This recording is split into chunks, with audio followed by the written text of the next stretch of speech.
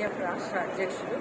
ఈరోజు నెల్లూరు జిల్లాలో సోదర సంఘం నుంచి మంచి నాయకులు, చాలా కష్టపడి పైకి వచ్చిన నాయకులు, కార్యకర్తలందరూ కూడా ఆంధ్రప్రదేశ్ టీచర్స్ ఫెడరేషన్ భావజాలం నచ్చి దానిలో విలీనం అవడానికి వచ్చున్నారు. ఆ సందర్భంగా ఈరోజు నెల్లూరు రావడం జరిగింది. వారితో మాట్లాడుతూ మేము ఒక దిశానిర్దేశం అయితే చేయడం జరిగింది. ప్రభుత్వం ప్రజల ఉద్యోగోపాధ్యాయుల ఆకాంక్షలకు మేరకు ప్రభుత్వం మారింది. గత ప్రభుత్వం ఉపాధ్యాయులను కానీ ఉద్యోగులను కానీ ఎంత హింసలకు గురి చేసిందో మనందరికీ తెలుసు. ఊపిరాడిన స్థితికి తీసుకొచ్చిన పరిస్థితుల్లోనే ఈ రోజున ప్రభుత్వం మారడానికి వీరంతా కారణమయ్యారు. మరి వచ్చే ప్రభుత్వం దృష్టిలో కూడా కొన్ని అంశాలను పెట్టాల్సిన అవసరం కూడా ఉంది. ఎందుకంటే డిఎస్సి ఇస్తానని వాళ్ళే మాట ఇచ్చున్నారు.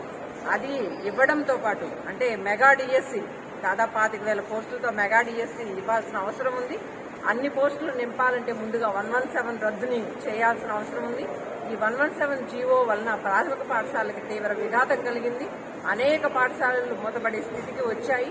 మరి ఆ 117 జీవో ఏదైతే ఉందో దాన్ని రద్దు చేసే దిశగా ఆలోచించాలని, వారు మాట ఇచ్చిన ప్రకారము పిఆర్సీ దానికి ఇచ్చే మధ్యలోనే ఐఆర్ ఇస్తామని కూడా కాబోయే ముఖ్యమంత్రి గారు చెప్పున్నారు. ఆ ఐఆర్ కూడా వెంటనే ప్రకటించాలని, అదేవిధంగా ప్రాథమిక పాఠశాలలు, ప్రభుత్వ పాఠశాలలు బలోపేతం అయ్యే దిశగా కార్యాచరణ కూడా చేపట్టాలని మేము ప్రభుత్వానికి తెలియజేస్తూ ఉన్నాం.